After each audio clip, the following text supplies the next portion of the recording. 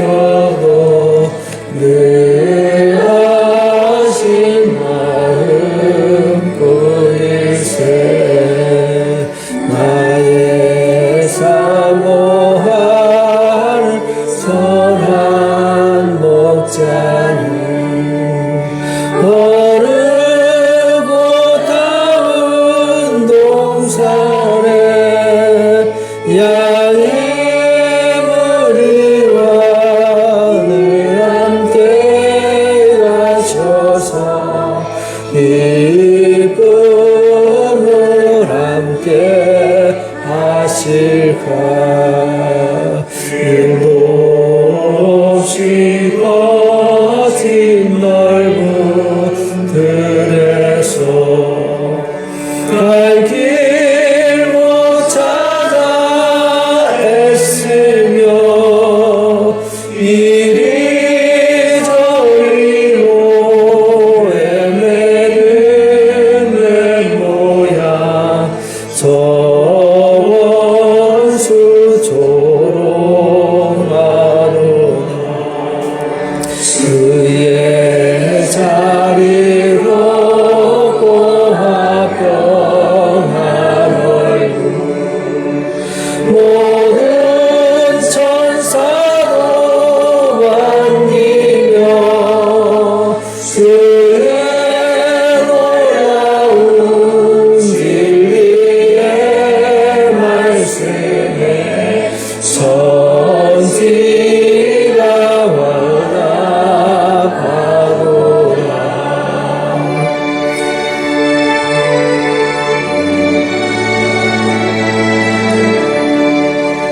나의 진정 사모하는 예수님 음성조차도 만나고 나의 생명과 나의 참 소망은 오직 주 예수 그일세.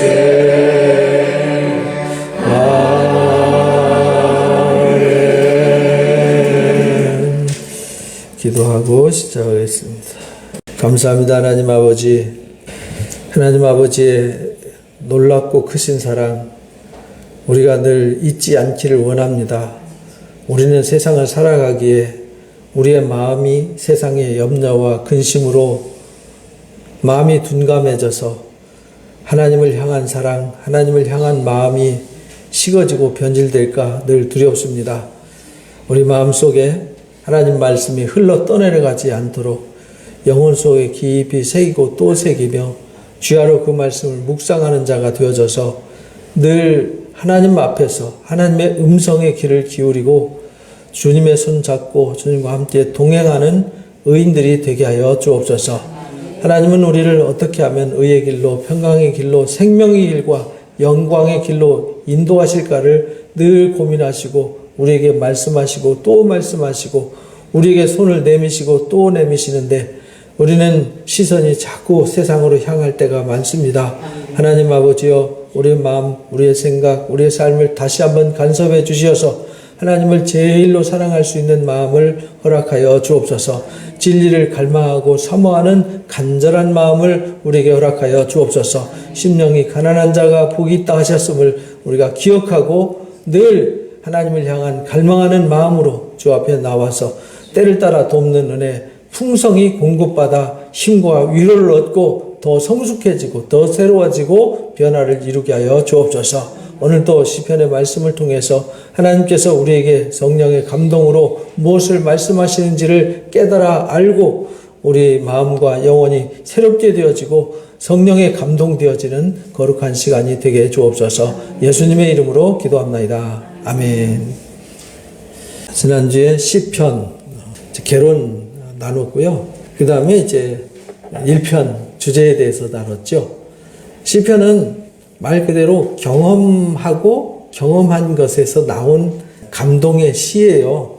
근데 그 시가 주로 어떤 시냐면 고난당하고 위기에 처했을 때 환난 당할 때 하나님 앞에 부르짖어 구하는 탄식시, 그 다음에 하나님 앞에 범죄하고 타락해서 하나님 앞에 회개하는 회개의 시, 위기와 고난 속에서 하나님이 싸워주셔서 이겨가지고 감사해서 감사하는 시, 찬송하는 찬송시, 이런 시들이에요, 다. 그러니까 우리 실제 상황 속에서 나오는 시죠. 그러니까 시편을 읽으면서 뭘 읽어야 되냐면 그 당시에 무슨 상황이었는데 도대체 왜 그런 간구의 시가 나왔는지, 왜 그런 탄식을 했는지, 왜 그렇게 부르짖었는지 알아야 우리가 공감이 되는 거잖아요. 그래서 오늘 2편부터는 이제 그런 상황으로 들어가게 되고요. 1편에서 우리에게 가르쳐 주신 주제가 뭐냐면 복이 있는 사람은 따로 있다는 거예요. 아멘. 복이 있는 사람은 절대 악인의 꾀를 따르지 않습니다. 죄인의 길에 절대로 서지 않아요. 그만 죄인들과 함께 가는 길 가지 않는다 이 말이죠. 그리고 오만한 자들과 함께 하지 않아요. 항상 겸손하고 온유한 자가 되어진다라는 거죠. 그리고 항상 하나님의 말씀, 여기 율법이라는 말은 모세 오경을 말하는 거예요. 토라는 가르침을 말하거든요. 하나님이 우리에게 주신 그 가르침, 그것을 즐거워해요. 하나님의 가르침, 하나님 우리에게 주시는 그 말씀의 가르침이 즐거워요. 그래서 그것을 주야로 뭐예요? 묵상해서 그 말씀의 지혜로 살아요. 그게 곧 뭐냐면 길이에요. 그 말씀이 곧 길입니다. 그래서 그 구약성경 여러분들이 계속 읽으면서 배우는 게 뭐냐면 이 율법의 말씀, 곧 모세오경의 토라의 말씀을 지켰느냐 안 지켰느냐, 그 말씀의 울타리 안에 보호를 받았느냐, 그 울타리를 벗어나서 딴 생각하고 딴 길로 가서 우상을 숭배하고 부패하고 병들었느냐, 그 차이거든요. 근데 항상 하나님이 말씀으로 약속할 때 뭐라고 약속하셨냐면 이 말씀을 지켜 행하면, 이 말씀을 청종하면, 그리고 말씀의 규례와 법도와 이 말씀의 명령을 지켜 행하면 이라는 전제를 꼭 달아요.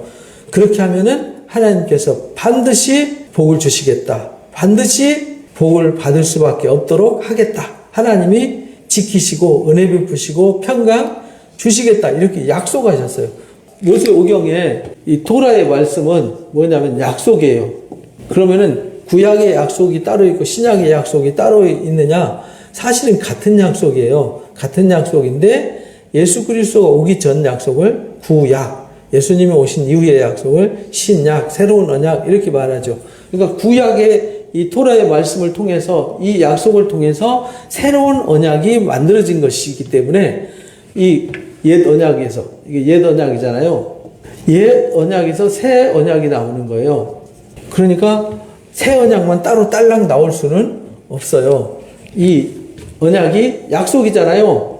옛 약속이 새 약속을 한 거예요. 그래서 옛 약속을 통해서 새 약속이 주어져요. 그래서 예수님도 옛날 하나님이 말씀하셨지 않냐? 하나님을 제일로 사랑하고 내 이웃을 내 몸과 같이 사랑하라. 이것이 온 율법의 완성이다. 이렇게 가르쳐 주죠. 결국은 여기서 가르쳐 주는 게 뭐냐면, 토라에서 가르치는 이 가르침이 뭐냐면 하나님을 사랑하라는 거잖아요. 그러니까 하나님의 음성에 귀를 기울이고 하나님의 말씀을 떠나서 악인의 꾀를 따르지 말고 죄인의 길에 서지 말고 오만한 자의 자리에 앉지 말고 하나님의 말씀의 가르침을 즐거워하라는 거잖아요. 그리고 그것을 주야로 묵상하라는 거잖아요. 그러면은 신명기에 말씀하신 대로 시냇가에 심긴 나무처럼, 시냇가에 심긴 나무는 늘 이 하나님의 말씀과 은혜가 공급되어지니까 철을 따라서 자랄 수밖에 없죠. 잎사귀가 마르지 않죠. 그래서 그 하는 일이 다 뭐예요? 형통할 수밖에 없다. 그러니까 이 시편에서 약속한 게 아니라 이건 어디서 약속한 거예요? 이 토라, 이 모세오경에서 약속한 거란 말이에요. 근데 이 시편에서 그 약속을 다시 한번 상기시켜 주는 거죠. 그런데 이 말씀의 가르침을 떠나면 바람에 나는 겨와 같다. 그래서 악인이란 말은 성경에서 말하는 악인과 죄, 이게 뭐냐면 하나님을 떠난 상태예요. 떠난 상태. 그지 신약 성경에서 이제 요한복음 15장에서는 단절이라고 말했잖아요. 가지가 나무에서 꺾이면 단절이잖아요. 그럼 단절되면 공급이 안 이루어지니까 시들어서 말라서 결국은 버려질 수밖에 없다고 가르쳐 주셨잖아요. 그래서 우리가 항상 접붙여져 있어야 한다. 접붙여져서 항상 하나님 말씀을 공급받아서 즐거워하고 그래야 성장하고 그래야 열매를 맺는다. 그래서 하는 일이 형통할 거다. 이렇게 말씀하신 거예요. 이 시편의 주제를 그렇게 딱 던져주신 거예요. 이 시편 전체의 흐름의 주제예요. 그래서 악인은 그렇지 않으며 바람에 나는 겨와 같아요. 그러나 의인들은 형통해요.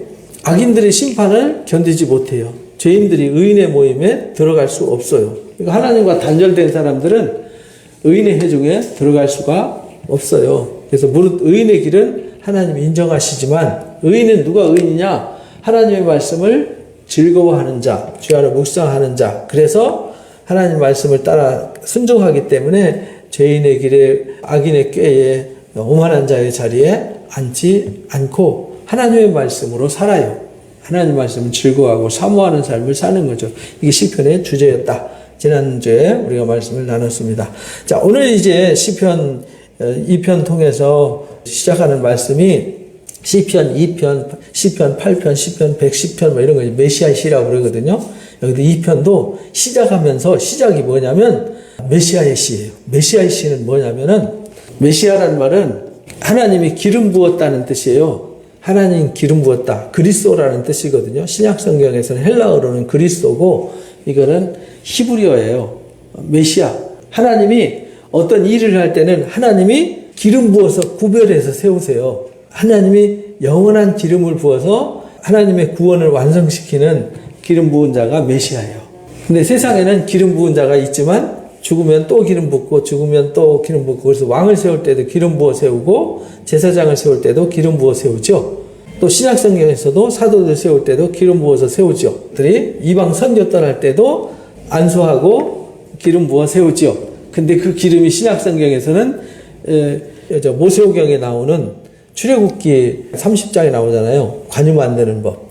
관유 만든 그 기름을 구별해서 쓰거든요. 제사장들한테 왕 세울 때 기름 붓는 그 기름을 따로 만드는데 다른 사람한테 절대 쓰면 안 돼요. 이거는 하나님의 명령을 따라 기름 붓는 데만 쓰도록 만들었어요. 그걸 구약 성경에 했는데 신약 성경에는 그 기름이 아니라 무슨 기름을 부었냐면 성령의 기름을 부었어요. 그래서 모든 사람들을 다 성령 부어서 우리도 성령을 부어서 기름 부어서 세우는 거죠. 그래서 하나님이 안수할 때 성령이 그 위에 임하더라. 예수님 머리 위에 기름 부으셨잖아요. 성령이 빌기같이 임하더라. 이렇게 말씀하셨잖아요. 그래서 이 구약은 신약 성경의 그림자의 역사다라고 우리가 배웠어요. 그래서 신약을 알아야 구약을 알 수 있고 구약을 알아야 신약을 알 수 있어요. 그래서 여기 시편 2편 시작하면서부터 어찌해서 이방 나라들이 분노하고 민족들이 헛된 일을 자꾸 꾸미는가? 무슨 말이냐면은 하나님이 이 땅에 일하러 오셨어요. 그래서 아브라함을 불러가지고 일하시잖아요. 무슨 일 하시냐면 먼 장래를 바라보시고 일하세요. 근데 이들은 자기 일밖에 모르잖아요. 지금 우리도 마찬가지죠. 하나님이 지금도 일하시고 계시거든요. 어떤 일을 하시는데 우리는 저 먼 미래에 하나님이 이루실 그 완성된 하나님의 나라보다는 지금 내 콧등 앞에 발등 앞에 떨어진 일이 더 중요하죠. 그래서 사람들이 아웅다웅 싸우면서 다투는데 누구와 다투냐? 하나님과 다퉈요. 그리고 구약 성경은 전쟁의 역사잖아요. 근데 신약 성경도 전쟁의 역사인데 상황이 다르죠. 구약에는 육체의 전쟁의 역사지만 신약 성경은 무슨 전쟁이죠? 영적인 전쟁의 역사예요. 이렇게 똑같이 성경은 전쟁의 역사예요. 구약에 그래서 이방 나라들이 많은 민족들이 분노해가지고 하나님의 일을 회방해요. 하나님의 일을 가로막고 하나님을 대적해요. 그래서 세상 군왕들이 나서고요. 관원들이 서로 꾀해가지고 여호와의 기름 부음 받은 자 메시아를 대적해요.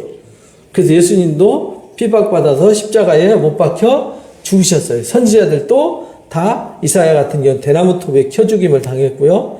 수많은 선지자들이 매맞고 죽죠. 그러니까 하나님이 하시는 일을 가로막으려고 세상이 그 일을 해요. 근데 세상의 군왕들과 또 세상 이방 나라들이 하는 일이 뭔지 몰라요. 그게 다 누가 하는 거냐? 악한 사탄의 역사예요. 그래서 신약 성경에서 그 일이 실체가 드러나는 거죠. 그래서 신약 성경에는 이제는 육체의 전쟁이 아니에요. 그래서 칼을 쳐서 뭘 만들죠?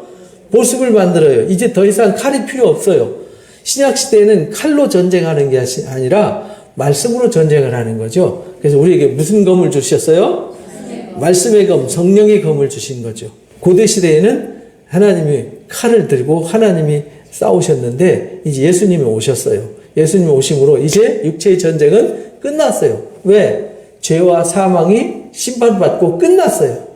예수님 십자가의 사건으로 인해 가지고 사망이 영원히 끝나버렸어요. 그래서 예수 그리스도를 믿는 사람들은 사망이 없어져요. 그래서 여러분은 예수를 믿기 때문에 죄와 사망으로부터 자유해졌어요. 그래서 이미 영생을 얻은 거죠. 얻을 게 아니에요. 이미 얻었어요. 근데 얻지 못한 사람도 있어요. 거듭나지 않은 사람은 아직 영생을 못 얻었어요. 거듭난 사람들은 옛사람이 죽었고 다시 태어났잖아요.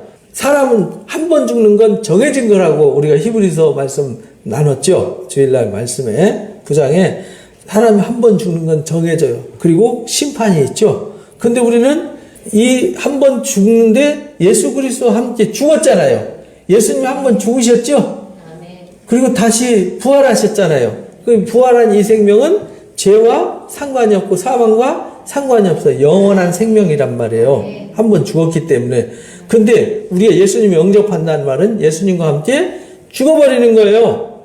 그래서 옛사람은 없어져 버렸어요. 그래서 나의 옛날의 감정과 옛날의 생각, 육신의 생각으로 사는 사람이 아니라 이제 떡으로 사는 사람이 아니라 하나님 위에서 나오는 말씀으로 사는 사람이 되는 거다. 신약성경 요한복음 6장에서 그걸 가르쳐줘요.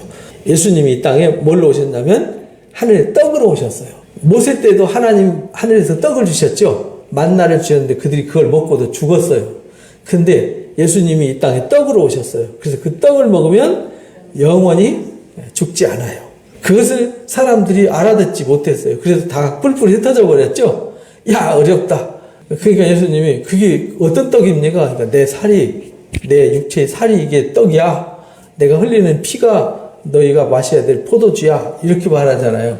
이해가 안 되니까 아니 사람을 어떻게 뜯어먹고 사람이 피를 마셔? 말도 안 되는 소리야. 이러고 다 흩어졌어요. 이해 어렵도다. 근데 예수님이 뒤에 설명을 했어요. 이건 내가 너에게 이른 말이 곧 영이야. 이렇게 말해요. 이 떡이란 말은 뭐냐. 그래서 요한복음 1장에 태초에 말씀이 계시니라. 이 말씀이 하나님과 함께 계셨는데 이 말씀이 곧 뭐예요? 하나님이다. 이렇게 말하잖아요. 그 1장 14절에 말씀이 뭐가 되었어요? 육신이 되었어요. 그래서 예수님이 말씀이시고 말씀이 예수님이세요.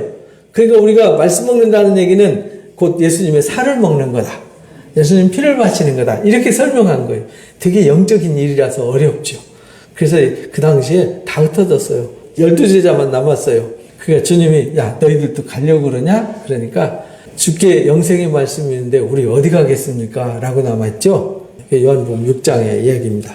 그래서 이 세상 구약 성경에는 이 전쟁의 역사란 말이에요. 그러다 보니까 하나님이 하시는 일을 계속 가로막죠. 근데 그 실체가 신약 성경에서 보니까 자꾸 보니까 용이었는데 자꾸 보니까 마귀고 사탄이었더라 라고 이제 계시록 12장과 20장에서 설명을 해요. 이게 영적인 거란 말이에요. 그래서 대적해요. 그래서 하나님이 기름 부으신 자를 대적해요. 하나님이 하시는 일을 대적해요. 구약의 기름 부으신 자들이 곧 이제 신약의 영원한 대제사장 되신 예수님이 완전한 기름 부은 자가 되는 거잖아요. 그 구약에는 계속 기름 부은 자들이 등장하죠. 그래서 기름 부음 받은 하나님의 사람들이 하나님의 일을, 거룩한 일을 하죠. 왜냐하면 하나님이 거룩한 일을 해야 이들이 주님이 오셨을 때, 예수께서 오셨을 때 예수께 나아갈 수 있는 길이 예비되는 거죠. 그러니까 구약은 뭐 하는 거냐면 예수님께 나아가는 길을 예비하는 거예요. 그래서 율법은 그리스도께 이끌어가는 몽학 선생이 되었다. 또 초등 선생이 되었다. 이렇게 이제 갈라디아서 3장에 설명을 하는 거예요. 그러면 우리가 그에게 맨 것을 끊고 그의 결박을 벗어버리자 하는도다. 그래서 하나님의 경영과 하나님의 통치를 끊어버리고 자기들이 주권을 가지고 자기들 세계를 만들어 가겠다. 이렇게 해서 하나님을 대적하는 거죠. 근데 하나님이 웃으신다는 거예요. 야, 하찮은 인간들아, 너희들이 무엇을 할 수 있겠니? 라고 하나님이 비웃으세요. 하늘에 계신 이가 웃으시며 주께서 그들을 비웃으시리로다. 왜냐하면 인간이 너무나도 무능하고 약한 존재인 걸 너무 잘 아시니까 인간이 아무리 가로막아도 하나님의 역사는 가로막지 못했어요. 그래서 세상의 역사는 계속 바뀌었죠. 제국이 수도 없이 바뀌고 수없이 정권이 바뀌었지만 그리스도의 통치의 역사는 끊기지 않고 여기까지 왔잖아요. 앞으로도 있을 거죠. 주님 오실 때까지 하나님의 통치는 멈추지 않아요. 그래서 하나님의 통치를 가로막으려고, 그 말은 하나님의 통치는 아브라함을 통해서 언약의 역사를 이끌어서 예수님 오시기까지 역사하는 거죠. 그래서 예수님을 통해서 완성하는 거잖아요. 십자가는 율법의 완성이에요. 완성. 그래서 예수님이 십자가에서 다 이루었다 이렇게 말씀하신 거예요. 그러니까 우리는 구약을 통해서 누구를 만나야 되냐면 예수 그리스도를 만나야 돼요. 그러니까 우리가 구약 성경에서 그냥 구약 성경 이야기만 알면 유대교인이 되는 거예요. 유대교인 또는 율법주의자가 되는 거죠. 우리는 구약 성경을 통해서 누구를 발견하냐면 예수 그리스도를 발견하는 거예요. 그래서 구약 성경 이야기는 전부 다 누구 얘기냐면 예수님 얘기예요.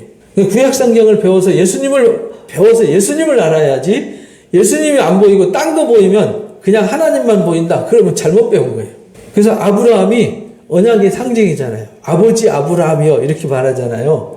거지 나사로와 부자 얘기 누가복음 16장에 보면 나오잖아요.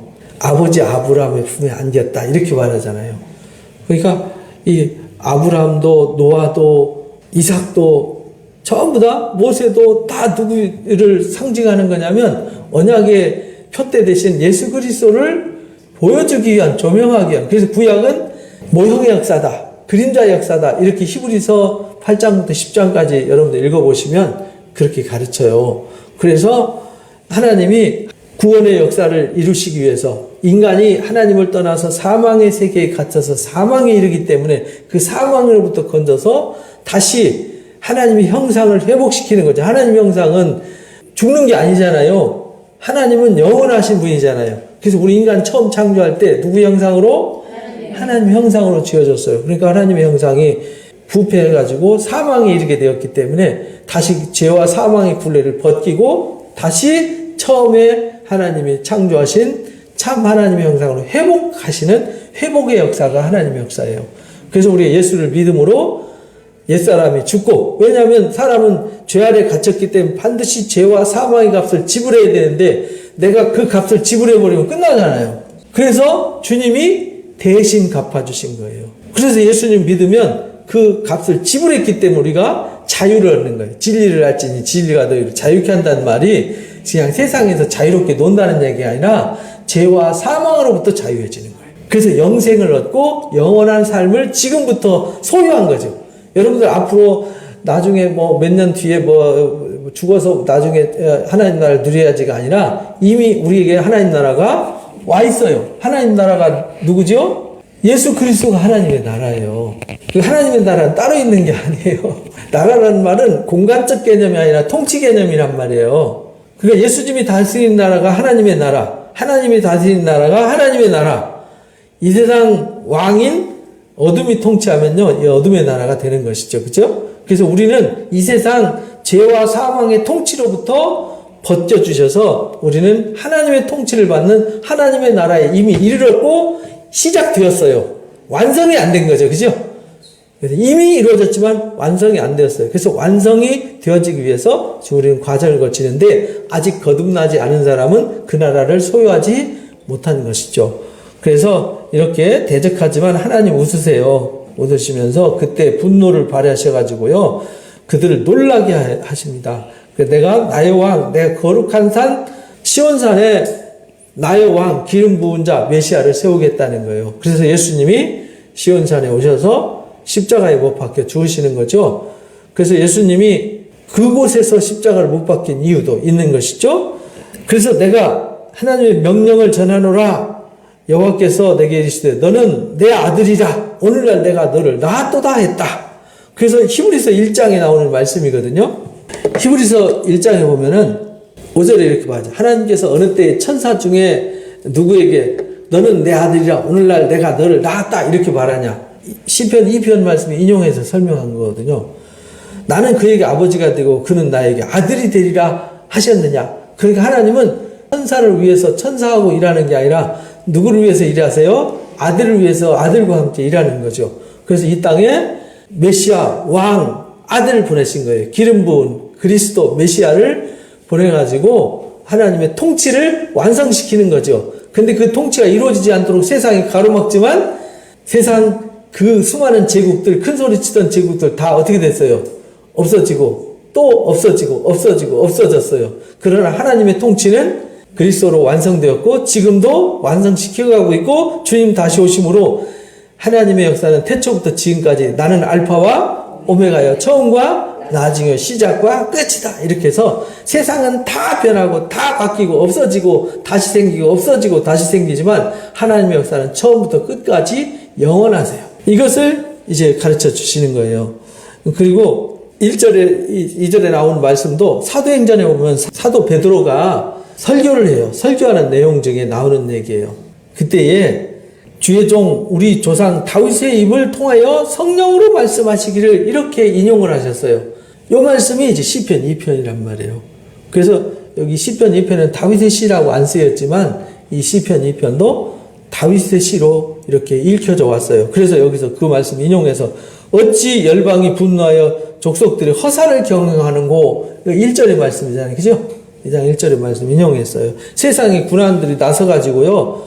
그리스도를 대적하는데 하나님이 비웃으신다. 대적해서 십자가에 못 박아서 끝났다. 손 탈탈 털었는데 3일 만에 역전이 일어났죠. 그래서 하나님의 역사는 역전의 역사입니다. 십자가로 끝났다고 생각한 거예요. 근데 끝난 게 아니라 그게 시작이고 완성이었어요. 그 하나님의 지혜를 누가 알겠어요? 그러니까 우리가 이 시편 2편 말씀은 메시아의 시예요.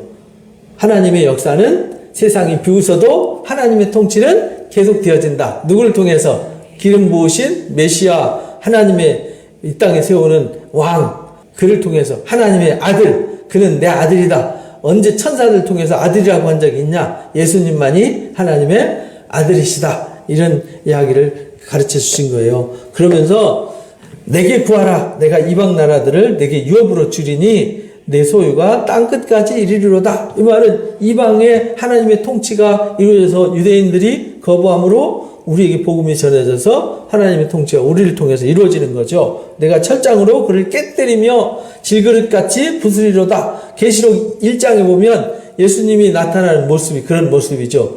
막 빛난 주석 같은 발을 가지셨어요.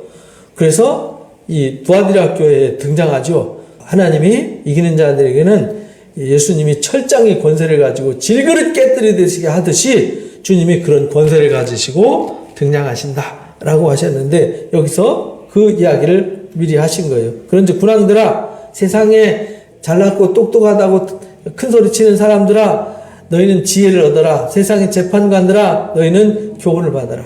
그러니까 이 세상 통치는 다 지나가요. 아무리 대통령이 잘나고 뭐 미국 대통령이 대단하고 나폴레옹이 위대하고 히틀러가 대단하고 알렉산더가 위대하고 가이사가 위대하고 아무리 위대한 세상의 통치가 나타나도요 다 사라져 버렸어요. 아수르 제국도 바빌론 제국도 헬라 제국도 로마 제국도 다 무너지죠. 세상의 제국들은 다 무너졌어요. 그러니까 영원히 허물어지지 않고 오늘날까지 하나님의 역사 통치를 이어가는 이 하나님의 통치를 인정하라는 거예요. 그래서 하나님께 지혜를 얻으며 그 교훈을 받아라. 너희들의 경영은 다 허사다. 헛일이다. 그래서 세상에 큰소리치고 경영하는 경영들은 다 끝나버렸잖아요. 여호와를 경외함으로 섬기고 떨며 즐거워해라. 그러니까 돌아와서 너희가 하나님을 경외하며 섬기고 떨면서 즐거워할지어다. 그 아들에게 입맞추라. 그 말은 하나님 앞에 엎드려서 그리스도 앞에 엎드려서 그 앞에 입맞추라. 그러면 그를 영접하라. 이런 말이죠. 입맞춘다는 말은 우리가 귀한 손님이 오면 엎드려서 옛날에 그 임금이나 또는 귀족이 오면은 엎드려서 발에 입을 맞췄죠. 손에 입 맞추고 발에 입 맞추고 했단 말이에요. 그 말은 이 땅에 보낸 메시아를 너희가 영접하라. 이런 말이죠. 그렇지 않으면은 진노하심으로 심판해서 망하게 된다.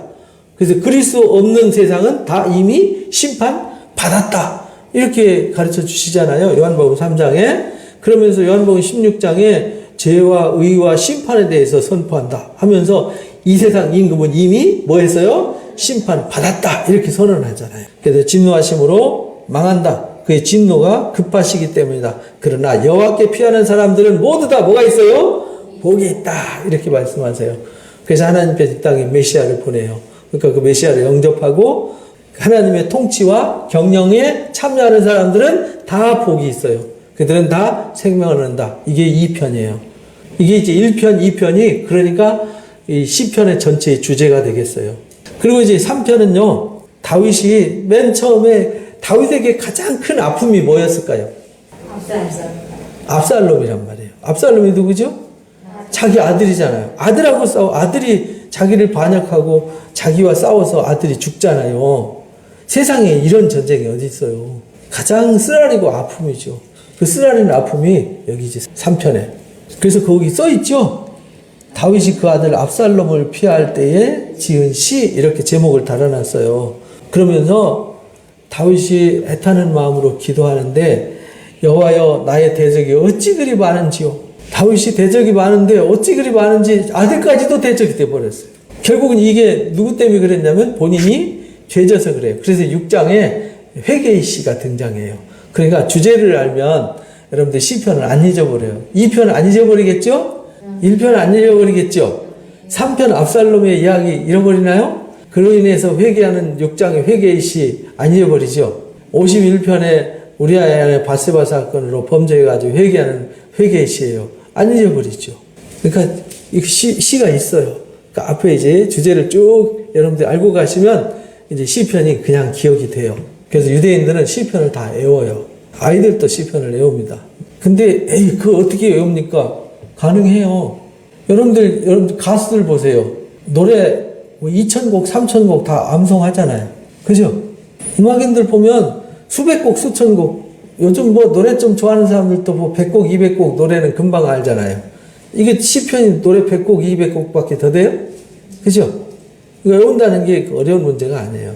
운율이 있어요. 근데 우리는 우리말로 어렵게 번역해놔서 운율이 잘 안 맞는데 히브리어는 운율이 딱딱 맞게 돼 있어요. 그래서 쉽게 암기할 수 있게 해놨어요. 모세오경과 시편을 유대인들은 다 외웁니다. 근데 우리는 못 외워요. 그죠? 어렵습니다. 어찌 그리 대적이 많은지요. 일어나 나를 치는 자가 많습니다. 얼마나 많은지 아들까지도 자기한테 반역했는데 아들만 반역한 게 아니에요. 나중에 이제 시편 55편 공부하다 보면 나오는데 다윗이 서글픈 시를 써요. 서글플 때가 언제 서글프냐면 자기 친구들한테 반역을 당했을 때. 가장 아끼고 사랑하는 친구들이 돌아서서 반역자가 돼가지고 자기를 향해서 칼을 겨눌 때 얼마나 씁쓸하겠어요. 그 얘기, 또 그 주제를 알면 또 시편 55편이 또 재밌어요. 그죠? 그 뒤에 배우고요. 그래서 여기 이제 일어나 치는데 압살롬에게 갖다 붙은 사람들이 다 누구냐면 다윗의 친구들이었어요. 다윗과 생사고락을 같이 했던 친구들이 지금 압살롬한테 붙어가지고 지금 반역을 한 거잖아요. 그래서 대적이 어찌 그리 많은지요. 지금 사울 왕한테 쫓겨다니고 블레셋 사람한테 쫓겨다니고 그런데 자기를 사랑하는 친구들한테도 쫓겨다녀야 되고 아들한테도 쫓겨다니는 시세란 말이죠. 가장 쓰라린 아픔이죠. 그죠? 그래서 이제 제일 앞에 있는 거예요. 많은 사람이 나를 대적하여 말하기를 그는 하나님께 구원받지 못한다라고 말한다는 거예요. 오죽하면 아들한테 반역당하겠냐. 오죽하면 친구들한테 반역당하겠냐. 이게 쓰라림이죠. 너무 쓰라림이에요. 그런데 다윗이 그렇게 고백해요. 사람들은 그렇게 말합니다. 그래서 울면서 맨발로 지금 여리고성 쪽으로 유다 광야를 지나서 요단강 동편으로 도망가는 거예요. 도망가면서 쓴 시예요. 사람들이 다윗은 구원받지 못한다고 말합니다. 그러니까 사람들이 다 다윗 버리고 압살롬 편에 서는 거죠.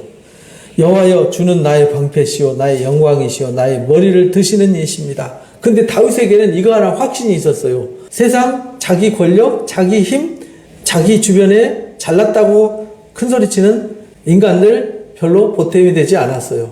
그들은 신발 언제든지 거꾸로 신을 수 있는 사람들이었어요. 그런데 하나님은 다윗을 버리지 않아요. 다윗을 외면하지 않습니다. 그걸 확실하게 알아요. 그래서 하나님은 나의 방패시요 나의 뭐예요? 영광이세요. 그래서 내가 머리 쳐박고 부끄러워서 어떻게 될지 가슴 아프고 쓰라려서 엎드려 기도할 때 그 다윗의 머리를 들어주시는 분이 누구예요? 하나님이세요. 내가 나의 목소리로 하나님 앞에 부르짖을 겁니다. 그의 성산에서 응답하시려다.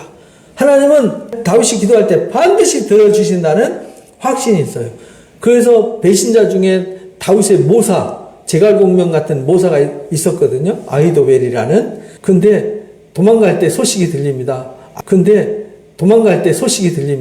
아히도벨도 압살롬한테 붙었습니다. 이렇게 말할 때 다윗이 마음이 너무 아팠어요. 그리고 걱정이 제일 많이 됐어요. 왜? 아히도벨이 쓰는 모략은 마치 하나님의 말씀과 같더라. 그만큼 대단했다는 거죠.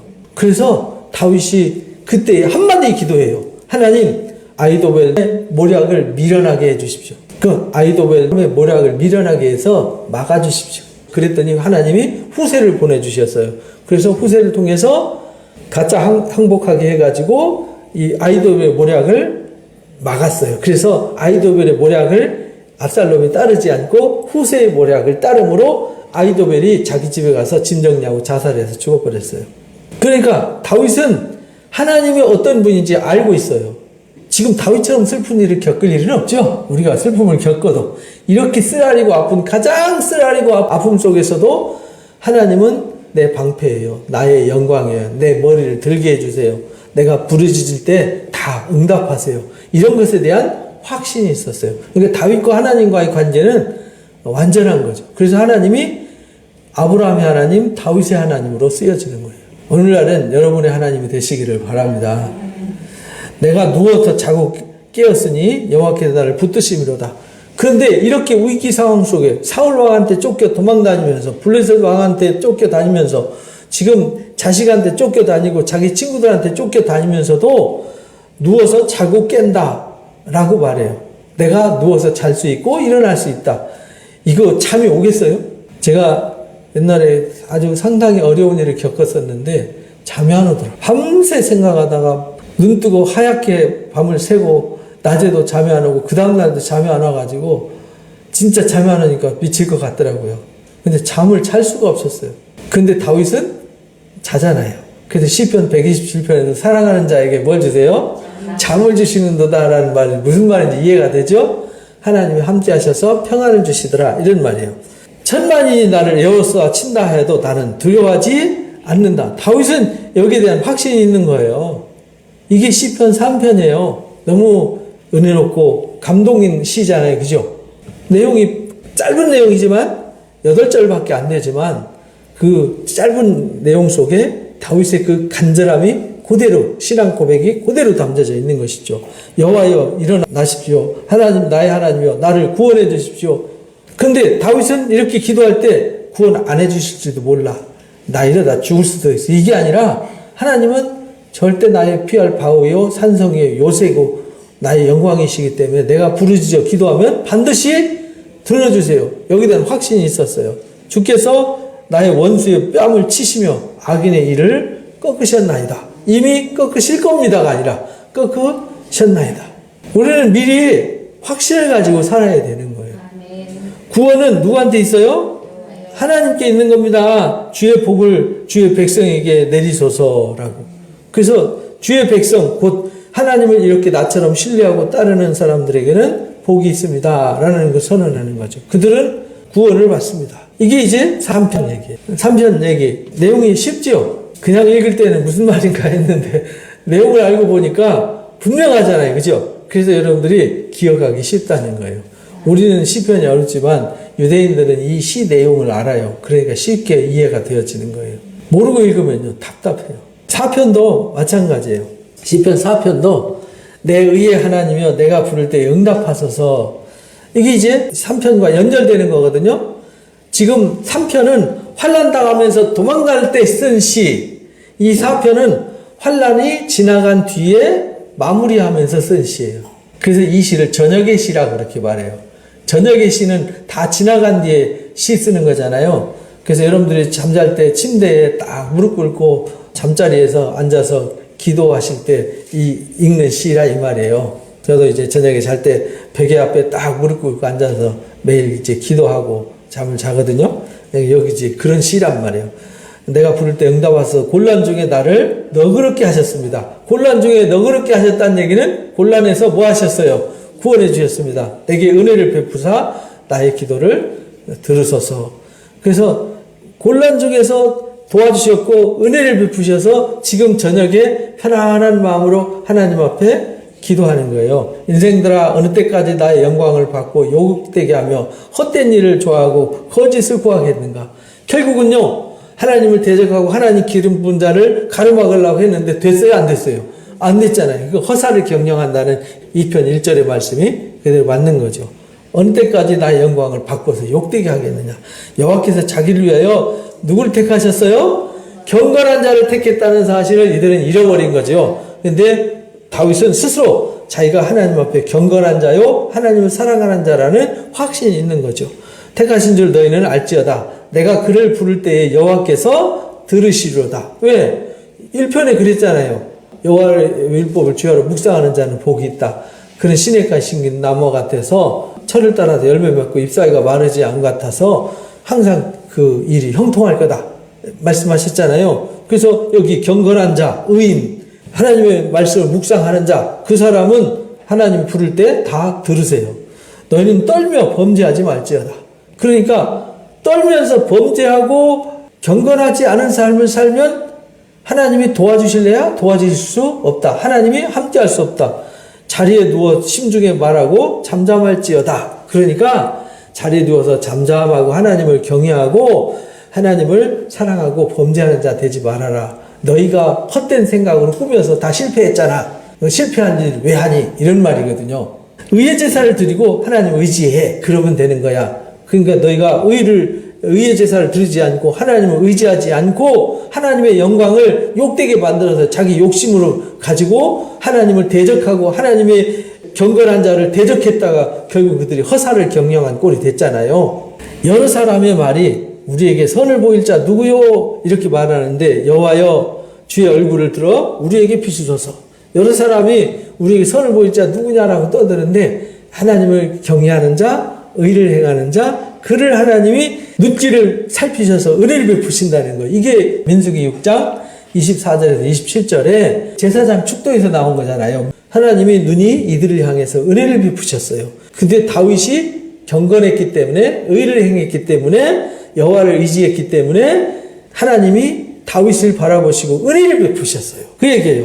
주께서 내 마음에 두신 기쁨은 그들의 곡식과 새 포도주가 풍성할 때보다 더합니다. 그러니까 우리는 기쁨을 얻을 때 누구한테 기쁨을 얻어야 돼요? 하나님께로부터 오는 영적인 기쁨이 더 크다는 거예요. 왜? 이 하나님이 나와 함께하면 다윗처럼 다 잃어버리고 맨발로 신발도 못 신고 울면서 도망가지만 나중에는 더 풍성하게 채워주시잖아요. 그러니까 우리가 이런 확신이 있어야 돼요. 그러니까 내가 지금은 어렵지만 하나님 한 분만으로, 주님 한 분만으로 만족하고 감사하면서 성실함으로 주어진 일들을 다 받아들일 때, 아멘으로 받아들이고 긍정의 믿음으로 살아갈 때 하나님께서 그 가운데서 역사하셔서 풍성하게 한다. 그래서 곡식 세포도주 풍성함보다 더 풍성하다. 내가 평안히 눕고 자기도 하리니 나를 안전하게 살게 하시는 이는 오직 누구뿐이에요? 그래서 다윗이 도망가지만 그 도망가는 중에서도 또 사울왕한테 도망다니면서 동굴 속에서 잠을 자면서도 거기서도 하나님이 잠을 주셨다. 평안을 주셨다. 이런 말이에요. 평안히 눕고 자기도 한다. 그런데 다윗을 쫓아다니던 그들은 평안히 잠도 못 자고 결국은 망했잖아요. 이렇게 된다는 거예요. 이게 저녁의 시라는 거예요. 저녁에 돌아보는 거죠. 지금까지 환난 가운데 도피 생활하면서 위기를 겪으면서 돌아볼 때, 아, 하나님이 나한테 이렇게 너그럽게 은혜를 베푸셨구나. 근데 그들이 대적할 때 그 대적은 하나님이 싸워주셔서 다 막아주셨구나. 그래서 하나님이 경건한 자를 택하셔서 하나님이 경건한 자가 부르짖을 때, 그래서 길거리 가면서 아이도벨의 모략을 막아주십시오. 하나님이 이 어려운 위기를 이겨나가게 해주시고 대적을 막아주십시오라고 기도했더니 다 저녁에 보니까 뭐 해주셨어요? 다 이루어지셨잖아요. 여러분들 저녁에 잘 때 엎드려서 기도할 때 오늘 하루 하나님이 평안으로 이끌어 주셨고 승리케 하셨음을 고백할 수 있어야지. 오늘 하나님 나 함께 했나? 오늘 왜 나한테 함께 안 하신 거야? 아, 하나님 정말 너무하셨네. 이러면서 기도하면 안 되잖아요. 그렇죠? 오늘도 하나님이 다 하셨습니다. 제 삶을 하나님이 경영해 주셨습니다. 이런 저녁 기도가 4편이에요. 그 다음에 5편은 이제 아침에 일어나서 기도하는 아침 기도예요. 여호와의 나의 말에 귀를 기울이사 나의 심정을 헤아려 주십시오. 다윗의 심정을 헤아려 주십시오. 나의 왕 나의 하나님이여 내가 부르짖는 소리를 들으시고 내가 주께 기도합니다. 다 들어주십시오. 그래서 아침에 뭘로 시작해야 돼요? 내가 세상을 향해서 나갑니다. 전쟁터에 나갑니다. 이 말이잖아요. 우리가 이 영적인 전쟁터로 나가는 거잖아요. 그래서 여러분들이 보이지 않는 사람들과 관계 속에서 보이지 않는 영적 전투의 삶을 살아가는 거죠. 누구는 져서 맨날 만신창이가 돼가지고 허부적 하는 사람이 있고, 승리한 사람들 신나가지고 기뻐 찬양하고 이렇게 되는 거잖아요. 그래서 기도해요. 그래서 여호와여, 아침에 내가 주께서 나의 소리를 들으시리니, 이렇게 아침에 기도한 기도란 말이에요. 아침에 내가 주께 기도하고 바라리이다. 아침에 기도하고 온종일 나의 삶을 하나님께 맡기겠습니다. 하나님, 나의 삶을 경영해 주십시오. 주는 죄악을 기뻐하는 신이 아니시니 악이 주와 함께 머물지 못합니다. 그러니까 악을 행하는 사람과는 하나님이 동행하지 않아요. 그러니까 제가 악을 행하지 않고 경건한 자가 되겠습니다. 하나님을 즐거워하고 하나님을 의지하겠습니다. 그러니까 하나님 동행해 주세요. 이런 말이잖아요. 왜냐하면 하나님은 악을 기뻐하지 않기 때문에 악인과 동행하지 않으세요. 오만한 자들이 주의 목전에 서지 못합니다. 악을 행하는 사람들, 오만한 자들은, 그래서 1편에 그랬잖아요. 죄인의 길에 서지 않고 악인의 길을 쫓지 않는다고, 오만한 자의 자리에 앉지 않는다고. 거기 이제 그 얘기죠. 오만한 자들, 악을 기뻐하는 자들은 하나님 앞에 서지 못합니다. 주는 모든 행악자들을 뭐하세요? 미워하세요. 그리고 거짓말하는 자들을 뭐하죠? 멸망시키는 하나님이에요. 그러니까 다윗은 지금 아침 기도하면서도 하나님이 어떤 하나님인지 확실하게 알고 기도하는 거잖아요. 그러니까 우리도 하나님 앞에 기도할 때 하나님이 어떤 하나님인지 알고 분명한 기도를 해야 되는 거죠. 여호와께서는 피 흘리기를 즐기는 자와 속이는 자를 싫어하세요. 거짓말하는 자, 피 흘리는 자, 오만한 자, 또 악인 하나님 기뻐하시지 않는다는 거. 오직 나는 주의 풍성한 사랑을 힘입습니다. 주의 집에 들어가 주를 경외함으로 성전을 향해서 뭐 할 거예요? 예배할 겁니다. 이렇게 말해요. 하나님의 풍성한 사랑을 힘입어서 오늘 하루 세상을 향해서 나갑니다. 그래서 주의 집에 들어가 주를 경외함으로 성전을 향해서 예배하는 삶을 살겠습니다. 여호와여, 나의 원수들로 말미암아 주의 의로 나를 인도하시고 주의 길을 내 목전에서 곧게 해주십시오. 그래서 오늘 하루 가는데 하나님이 원수들과 관계 속에서 내 길을 인도하시고 하나님의 목전에서 내 길을 곧게 해주셔서 제 삶이 오늘 저녁에 하나님이 마무리할 때는 승리를 선언하게 해주십시오. 이런 말씀이에요. 그들의 입에 신실함이 없고 그들의 심중에 심이 악하며, 그들 악인들은요 신실함 없어요. 심중에 악이 가득하죠. 그들은 목구멍인 열린 무덤과 같고 그들의 혀는 아첨 하나이다. 여기 이제 로마서 3장에 보면은 의인은 없나니 한 사람도 없습니다 할 때 이 말씀을 인용해서 설명했단 말이에요. 시편에 말하기를 사람들은 다 그 목구멍이 열린 무덤과 같고 그들의 혀는 아첨 하나이다. 다 이렇다라는 거죠. 그래서 의인은 없다 이렇게 했는데 그런 악인들과 저는 구별되었습니다.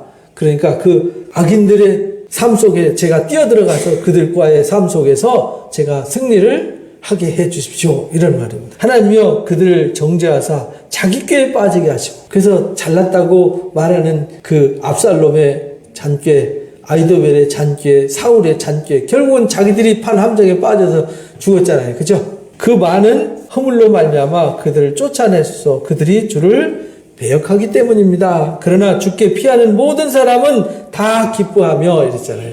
그래서 하나님은 누구를 기뻐하시냐? 주께 피하는 자, 주를 의지하는 자, 주를 기뻐하는 자를 기뻐하세요. 주의 보호로 말미암아 영원히 기뻐 외치고 주의 이름을 사랑하는 자들은 주를 즐거워하리이다. 여호와여, 주는 의인에게 복을 주시고 방패로 함과 같이 은혜로 그를 호위하시리이다.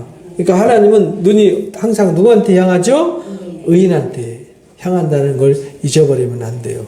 그래서 다윗이 아침에 나갈 때 어떤 마음, 어떤 자세로 나가야 될지, 그리고 세상에 나가면 하나님이 어떤 사람과 함께하고 어떤 사람을 기뻐하고 어떤 사람을 미워하고 싫어하는지 분명한 선을 그어놨잖아요. 그죠?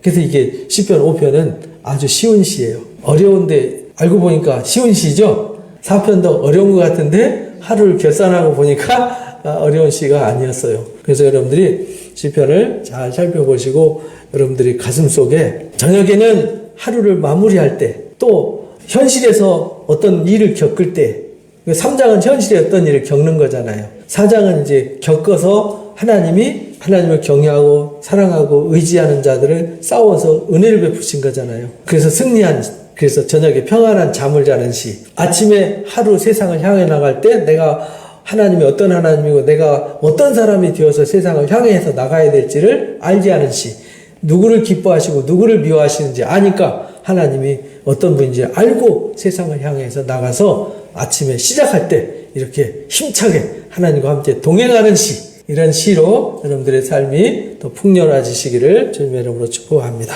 네, 잠깐 기도하고 예배를 마치도록 하겠습니다. 통성으로 오늘 말씀을 묵상하면서요, 하나님은 이런 하나님이었구나라는 것을, 하나님이 기뻐하는 하나님, 하나님 미워하시는 하나님, 하나님 어떤 하나님인지를 가슴에 새기시기를 바랍니다. 감사합니다. 하나님 아버지, 오늘 시편을 통해서 하나님의 경영은 천지가 없어져도 반드시 이루시는 역사임을, 세상이 아무리 가로막아도 하나님의 역사는 가로막을 수 없고 반드시 완성되어지는 역사임을 깨달았습니다. 하나님 아버지여, 우리로 하여금 놀랍도록 그 은혜를 깨닫게 해 주옵소서. 하나님의 역사는 반드시 승리한 승리의 역사임을 알게 해 주옵소서. 다윗이 현실이 벽에 부딪히면서 어찌 그리 대적자가 많은지 안타까운 마음으로 하나님 도피하면서 그가 하는 일이 하나님을 향하여 기도하는 일이었습니다. 하나님 싸워서 은혜를 베풀어 주셨고 그들의 경량을 호사로 만들어 주셨습니다. 그래서 다윗이 하늘을 은혜 베푸시고 도와주시고 함께하심을 감사 찬양하는 시로 하나님 앞에 나아갔듯이, 하나님 아버지, 우리도 그렇게 하나님 앞에 늘 승리의 찬송으로 주께 다가가며 주 앞에 서는 자가 되게 해주시기를 원합니다. 하나님 아버지, 하나님 또한 새롭게 하루를 시작할 때에도 하나님 앞에 감사함으로, 하나님 앞에 찬송으로, 하나님 앞에 영광으로 서는 자가 되게 하여 주옵소서. 하나님, 우리와 앞장서셔서 일하시는 하나님이신데, 하나님은 경건한 자, 의인들과 함께 동행하시고 악인들과 죄인들과는 동행하지 않고 불의하는 자들과는 함께하지 않음을 분명히 말씀해 주셨습니다. 하나님